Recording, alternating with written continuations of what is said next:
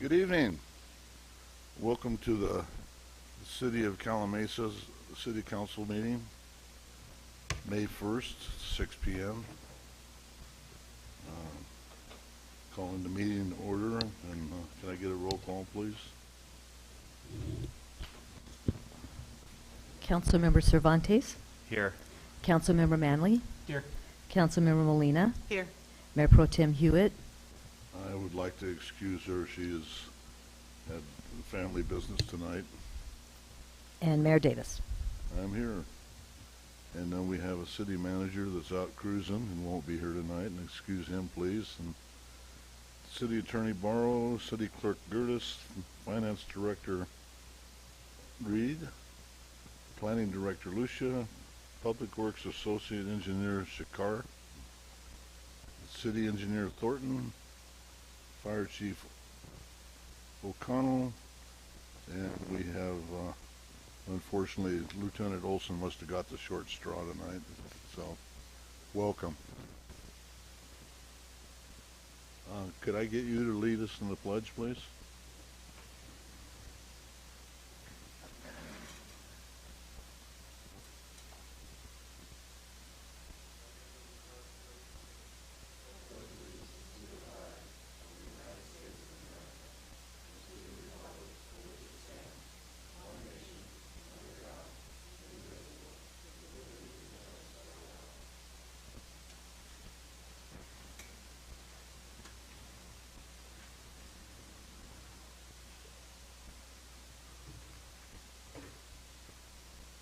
There's been one slight change here, and it's approval of the agenda and waiver of full reading of the ordinance. And what that basically is, we're approving the consent here too, and if you want to pull something for the consent, now is the time. So with that, can I get somebody to make a motion? I'll move to approve the agenda and full reading That's of all. the ordinances. Okay. All second. All in favor? Aye. Aye. 4 to 0.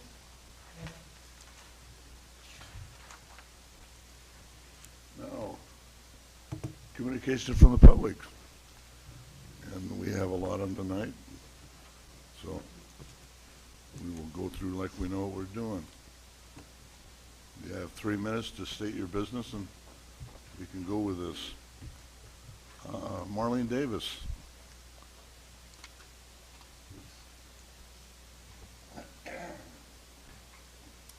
Hello again. My name is Marlene Davis, and I guess you all know I live in Sharondale. Is that on? There's a green light. Okay. Closer? Okay. I keep coming here because I'm concerned about the elderly and the seniors in the area of Cherry Valley and Singleton. The mobile home parks are all senior mobile home parks there.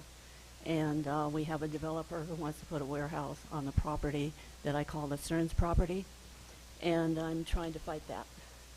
I have some handouts, Ms. Gertis, I hope you'll give out. And I'd like the, she's not here. Okay, there's one more for the city manager. Oh, sorry. Are you, thank you. Anyway, I have copies for each city council member of what is entitled Best Practices and Mitigation Measures to Comply with CEQA, put out by the California Attorney General's Bureau of Environmental Justice. The CEQA city consultant already explained in length at the April 22nd meeting information about CEQA, but I have no idea what materials, if any, have been provided to you or how you go about educating yourselves on logistics centers. On page 5, paragraph 4, it states, the most important consideration when planning a logistics facility is its location. Also, I'm handing out a paper because I'd like to introduce you to a resident of Sharondale. We have in Sharondale a game we call once a month entitled Mystery Resident. Elsa Perry was a mystery resident for March. He and his wife have lived in Sharondale for 24 years. Elsa will be 90 in July, and he still drives, and that's my concern. We have 80-year-olds and 90-year-olds still driving. They're going to have to navigate between all of these trucks coming into the warehouses. And it's not the warehouses, it's the trucks. And if you read anything CEQA puts out, you know that there's safety problems as well as health problems with the trucks.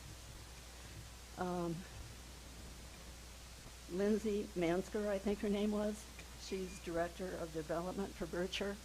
She confirmed that they are involved with trying to purchase the Stearns property to put a logistics center on it. That is the worst possible location you could ever put one. Please don't do that to the seniors and the elderly. I think you've forgotten, not on purpose, but have forgotten the seniors and the elderly in the area, especially that area. Sorry about the shaking, but it's a medical problem. Anyway, here's an article that was in the paper the other day called, The End of Diesel Big Rigs Looms. And in 10 years, they think they'll be electrical. Do you really believe that? I mean, people have problems buying an electric car, let alone an electric truck. So I don't think that's going to happen in 10 years.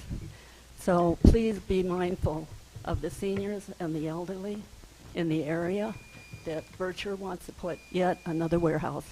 Okay, I well, think that 4 warehouses on the west side and 1 warehouse on the east side of the freeway is enough of our contribution by the city of supplying, of taking care of the warehouses that are needed for the supply chain.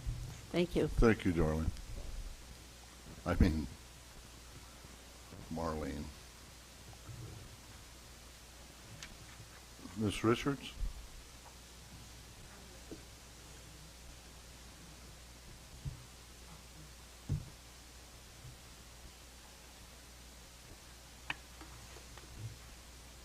I'm with Steve Negrete, and he's the president of the Calamasa Cultural and Performing Arts Association. I'm the vice president. He is also signed up to speak. Shouldn't he be speaking first?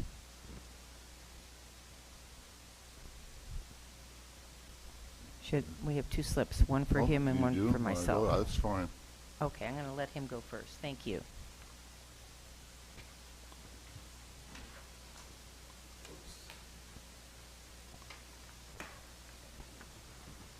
Pinch of nerve time, sorry about that. Thank you, Mary Hewitt, Council. I'm Steve Negrete, the president of the Calamasa Cultural Performing Arts Association. As you know, we're the newer members. We've been around for about 20 years. And I'm the new board president. We have an entire new board now. And we are trying to resume post-COVID with all the activities that used to happen for the city. We put on the concerts on the green. We used to do all the senior dances here at the center, events for the children, Halloween, and we do some Christmas things. And COVID pretty much decimated us because we couldn't make money.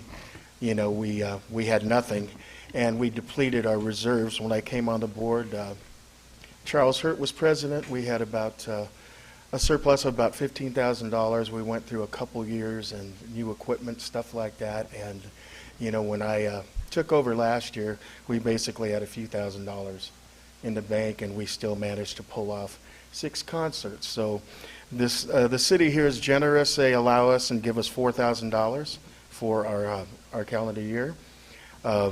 Mayor Davis does a personal donation with his company for a couple $1,000. And one of our problems with our concert series, it runs July through August. Before, we've had kind of a changing of the guard where Calamasa has predominantly been a senior citizens community, and they always used to donate. They were very grateful, very helpful. Now that we have younger people in, the money from donations went from close to $600-700 a concert all the way down to $200 and change. So we are still trying to put on our shows with a very minimal budget. I have a budget here to get back to our 8 concerts that we do, senior dances and activities, which is going to cost us about $15,000, and we have $6,000 in donations from the city and the mayor that we guarantee, that pretty much are guaranteed, and we average about $250 passing the collection bucket, We're a nonprofit. I have a tribal awareness coming up. I'm trying to get San Manuel to sponsor us. I've been with Mr. Gutierrez, our new supervisor. Jimmy Ramos is going to come speak for me. We're trying to do what we can to access maybe nonprofit money from the counties or wherever we possibly can, but we would like to resume what we used to do. And, you know, we're the only game in town for this city. And, well, like I said, we're nonprofit. So we're coming to the board today asking if the city council could possibly double our budget from $4,000 to $8,000, because we are running on fumes. And we're nonprofit. All we try to do is break even. So if there's any questions, I can put our budget proposals, anything we have in your mailboxes later. But thank you for your time. Thank you.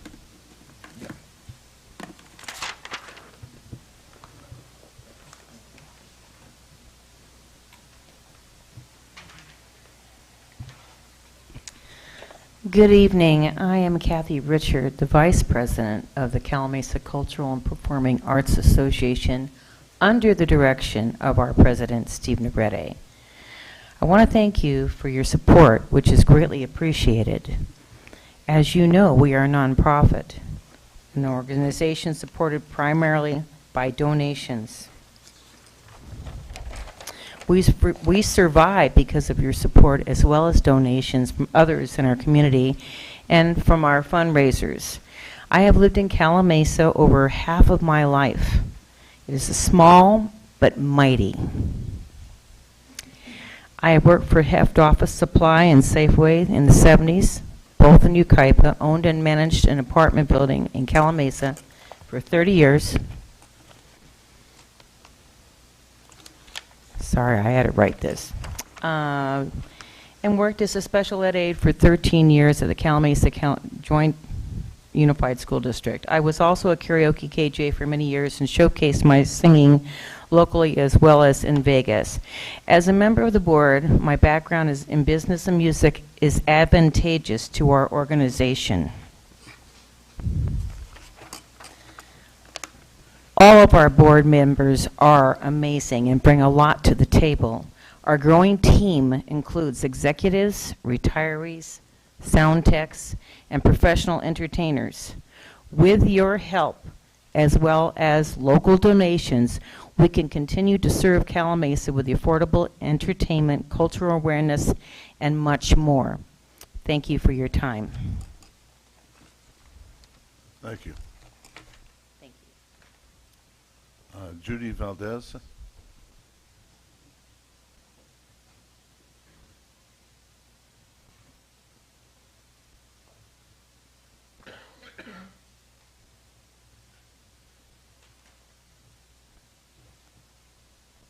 Hello, my name is Judy Valdez. I've been here in Calamasa for 18 years in November, and I really love it here. But I have a question to ask you, to everybody here, that I've noticed, I've saved this one paper saying low prices in the coming area, and it's called Winco Foods. Now, I've noticed this paper I've had since April the 13th of 2008, and when they opened up their new store up in Apple Valley on Monday the 14th of April. And I've got on the computer and been to some of their stores in Moreno Valley and different places. But we need a market in here besides Stater Brothers. And Winco Foods, I think, would be a nice place to have it. We're growing, and I'd like to bring it to your attention. And I have this paper here, if I can get it copied, and so then you can have it for future phone calls to their main office. It's in Mountain Time. I think they're in Idaho or someplace. And they're open 24 hours. And another thing that's interesting is the employees own the company. And you can't say that about too many grocery stores. So anyway, I'd like to bring that to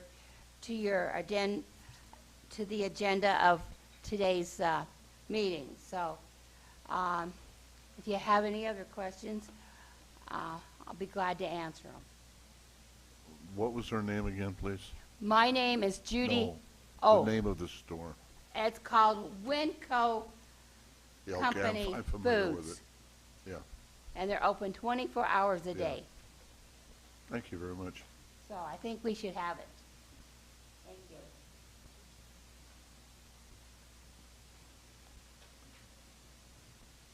you. Lynn Ernst?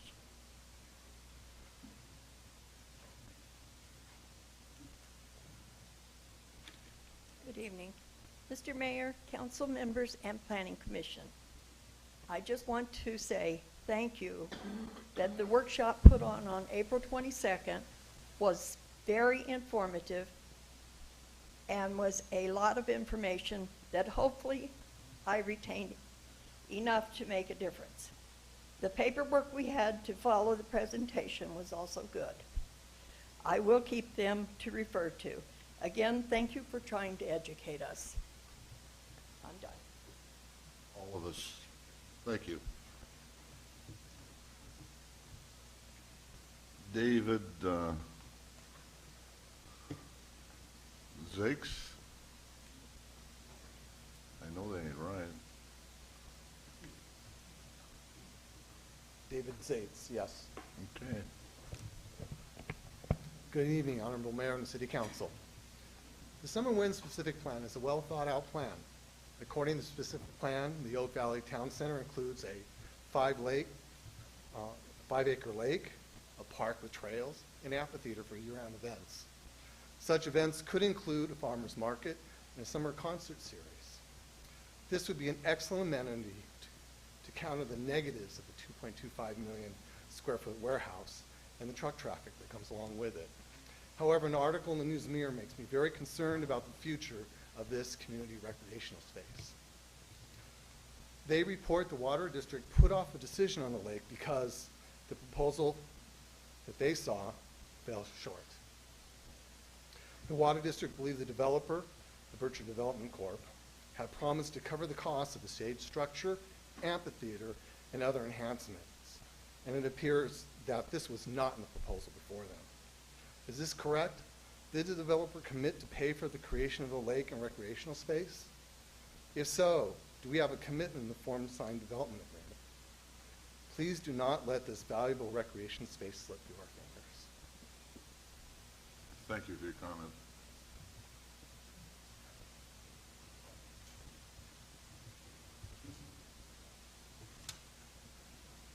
John Gates?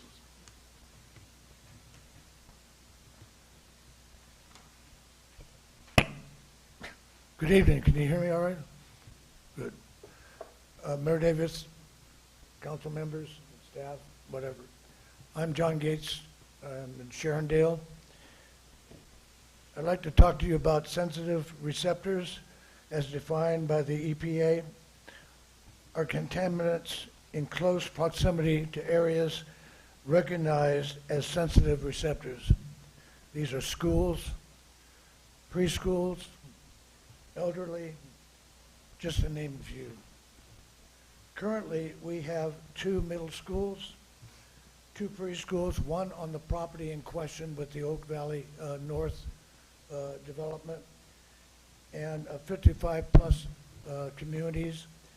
We have a total of 986 residents. That's an estimate because of no census information. I'd like to propose that the Oak Valley North Berkshire development should be renamed. Putting a square peg in a round hole Berkshire development. That's what I would rename it. We're talking about a peg that has 3 warehouses at 1.8 million square feet of additional warehouse space on the old Stearns property. Approximately that amount. We have a hole which represents the Oak Valley North Berkshire development property. It's just not a fit.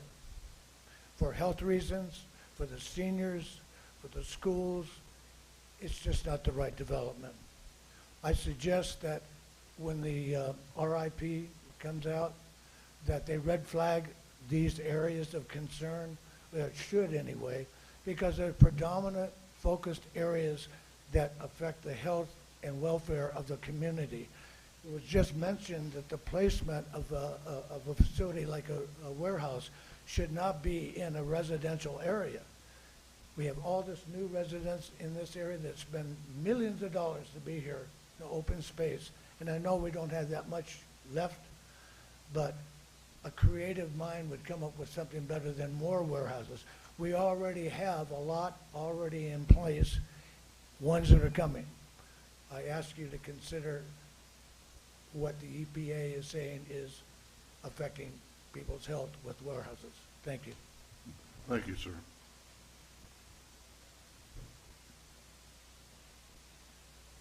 With that, we'll move on to the sheriff's comments and reports.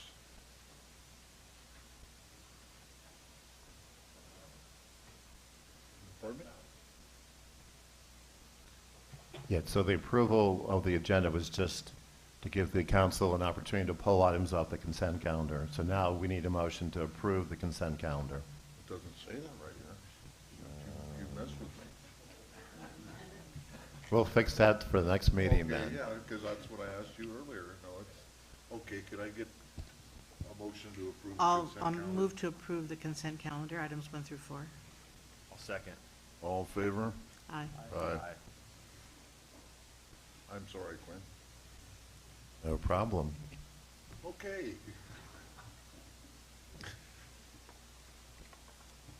I jumped the gun there a little bit.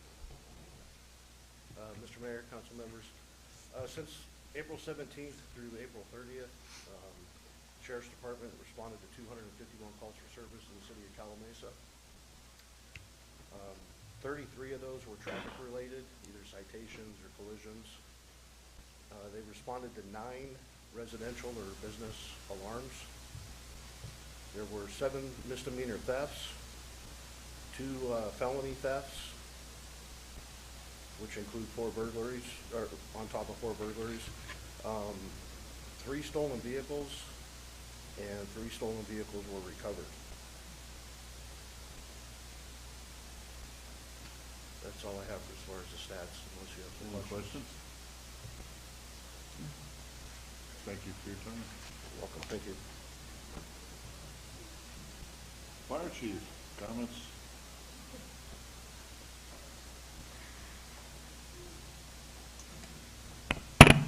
Good evening, Mayor, members of the council. Total responses year-to-date from City of Calamasa Fire is 553. Of those, 381 medical aids. Responded to 10 fires year-to-date. Given 29 mutual aid responses to the City of Yucaipa. We've received 6, and of those 29, we were counseled 12. And we've responded to 115 miscellaneous or public assist calls. I'd like to take this opportunity to once again talk about weed abatement in the city and defensible space. I'd like to remind the public and those listening, defensible space, we want 30-foot clearance around your structures and homes, and then reasonable trimming out 70 feet out for a total of 100-foot clearance around homes and or buildings. You can tell by the slide, I'm going to slide into programs and services. This last week I had the opportunity to travel to Indianapolis, Indiana, where you can see our beautiful new Calamasa Truck 1 being displayed at the FDIC International Conference. It's a conference well attended from fire service employees, chiefs, commissioners, city council members, and board members such as yourself, all across the United States and throughout the world.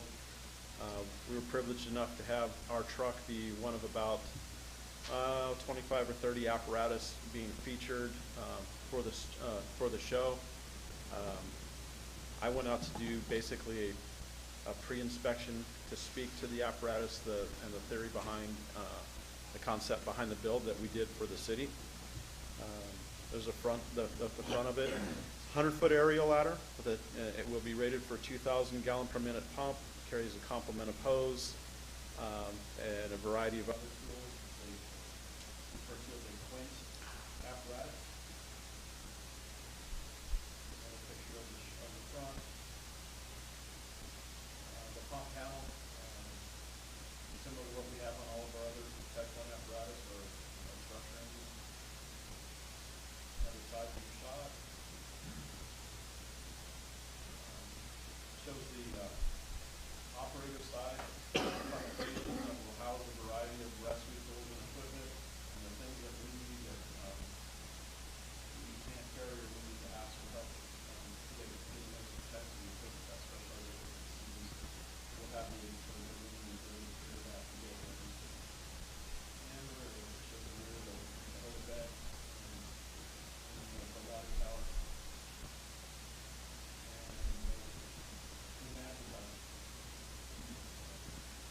Any of your questions? That's anybody? Questions? Just a comment, our city is so proud to have that. Thank you. Thank you for working with us and allowing the opportunity to provide that service. Thank you. Mayor and council members reporting on county and regional meetings. You got anything? I was not required to attend any meetings, so that will conclude my report. Linda? Yes. On April 24th, I attended the RCTC Budget and Implementation Committee, where they discussed the proposed budget that's going to go to public hearing in May. And then on April 27th, attended the RTA Board of Directors meeting, where they're applying for funds to cover the cost of a 25-cent fare for all students during the summer, and also to support their fair promotions for the rest of the year. And that's all I have. Thank you. How about Jeff? Yeah, so I attended RCA, Regional Conservation Authority meeting just today, and one important item on the agenda was the MSHCP Strategic Improvement Assessment and Action Plan. And essentially what we recommended staff, RCA staff today was, I'll read you the recommendation. We directed staff to conduct a MSHCP Strategic Improvement Assessment and Action Plan to evaluate existing policies of the plan and identify opportunities to improve implementation, such as possible major amendments focused on habitat evaluation and acquisition and negotiating strategies, in particular Hans. We directed staff to include funding in the new budget for studying and consulting this proposal. Essentially, it's come to the attention of many of the board members on RCA that some of our policies are a little bit outdated, need to be updated. When the plan was devised 20 years ago, the price of land was much cheaper. Some of the quality of the land in some areas were less disturbed than they are now. The pace of development has increased. Revenue has decreased in a lot of ways. So there's a lot of reasons for us to revisit the current plan. And so that process is going to begin. It's just going to begin with studying how we might make changes. And so it's going to be a substantial investment of both resources and staff involvement.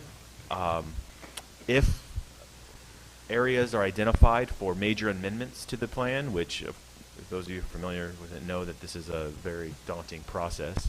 A lot of agencies involved, including the county, wildlife agencies, so on and so forth. It could take 3 to 4 years to fully make those changes. So it's just the first step in that direction. So it's substantive, it's important, and something will likely come of it, but just the first step. That's all I have to report. Thank you, Jeff. That's interesting. Mayor, excuse me, I forgot one thing. May I add Go one for more it. item? Okay, I'm this Thursday and Friday. I am the city's delegate to the SCAG Regional General Assembly. It'll be in Palm Springs, and there's no cost to the city for me to attend. Thank you. Okay, council members' comments and reports. You got anything else you want to Sure. stress or say? Yeah, I just wanted to just again thank the staff for putting on the workshop for us and the community for attending it. So I thought it was a great workshop. They really broke down a lot of complex topics for us. So I think it was a great kind of starting point for the community to kind of dive into some of these issues. So for anybody that it's here that hasn't seen it, or online that's watching, it's available. So I'd encourage you to check it out and kind of try to digest some of those complex issues. And that's all that I have. Thank you. Linda? Nothing else, thank you. Joe? Just a quick shout out to our staff for an awesome Earth Day event that we had. Those of you who had a chance to attend, I don't know if members of the public had a chance, but that just last Saturday, a week ago, right? Saturday, yeah. That's a week ago. I took a whole truck full of debris and dropped it off, and got to visit some booths. Our public works director, Shakir, her mom or aunt had a booth. It was handing out succulents. If you were getting plants were being handed out. It was a fantastic event, and I talked to some of the CRNR people, and they said that it may be a semi-regular thing we could be doing at least once or twice a year. So next time, we'll be sure we'll announce that again, and if you have a chance, hopefully it could be fun for everybody. They had booths and a lot of events going on, and I just want to give a shout out. It was great. I thought it was a wonderful event. So thank you. Yeah, that was what I was going to comment on as far as I want to thank all the volunteers.